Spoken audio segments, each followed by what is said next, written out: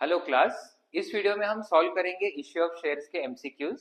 पिछले कुछ सेशन से हम लोग इश्यू ऑफ शेयर्स की थियरी से रिलेटेड एमसीक्यूज लेते आ रहे हैं और ये सेशन थियरी का सबसे लास्ट सेशन होगा। नेक्स्ट सेशन में हम लोग इश्यू ऑफ शेयर्स के न्यूमेरिकल्स के एमसीक्यूज लेंगे। तो चलिए शुरू करते हैं ये MCQ session.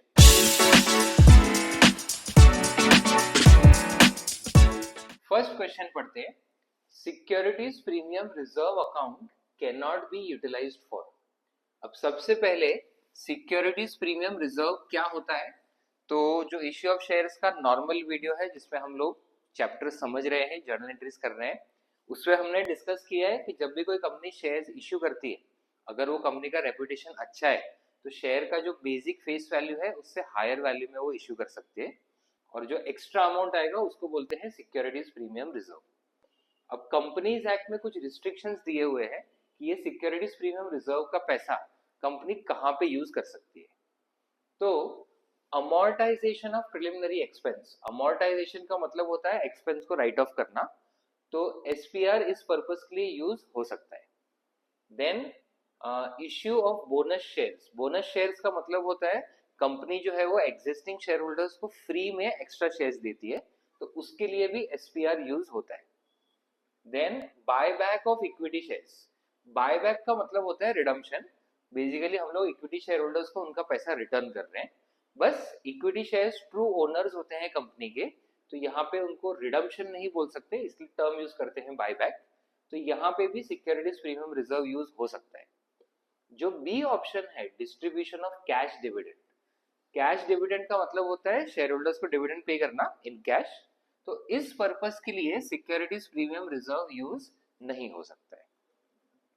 Next, interest on calls in arrears and calls in advance as per table F is. अब calls in arrears and calls in advance, ये दोनों टर्म्स का मतलब हमें पता है। अरियर्स मतलब शेयर होल्डर ने कंपनी को कुछ पैसा पे नहीं किया, एंड एडवांस मतलब कॉल करने के पहले ही शेयर होल्डर ने एडवांस में पे कर दिया। अब कंपनीज एक्ट में टेबल एफ एक मॉडल आर्टिकल्स ऑफ एसोसिएशन है।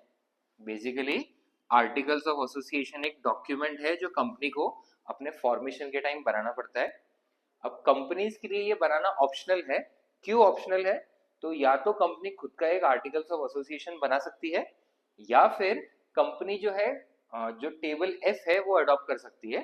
टेबल एफ जो है मॉडल आर्टिकल्स है जो कंपनीज एक्ट में दिया हुआ है, और वो डायरेक्ट कंपनी अडॉप्ट कर लेगी तो उसको खुद का आर्टिकल्स बनाने की जरूरत नहीं है। अब ये टेबल एफ में उन्होंने rate of interest on calls in arrears and calls in advance दिया हुआ है। कॉल्स इन अरियर्स पे रेट ऑफ इंटरेस्ट है 10% और एडवांस पे है 12%। सो ऑप्शन सी सही है, 10% एंड 12%।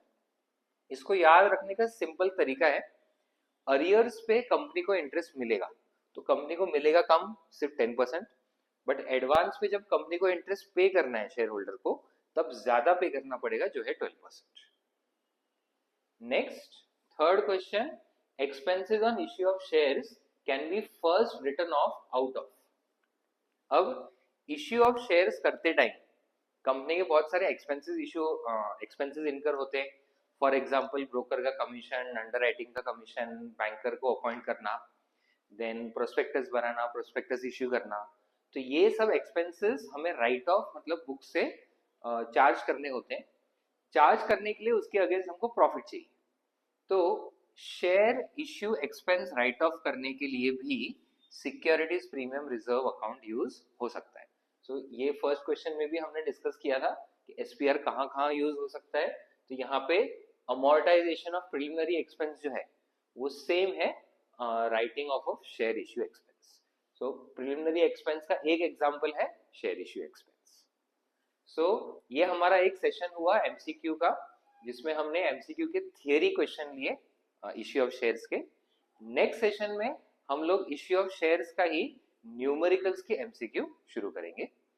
सो अकाउंट्स के अलग अलग टॉपिक से रिलेटेड ऐसी वीडियोस हम लाते रहेंगे, तो चैनल को फॉलो करें और हर अपडेट के साथ जुड़े रहें। मिलते हैं अगले वीडियो में, तब तक पढ़ते रहें।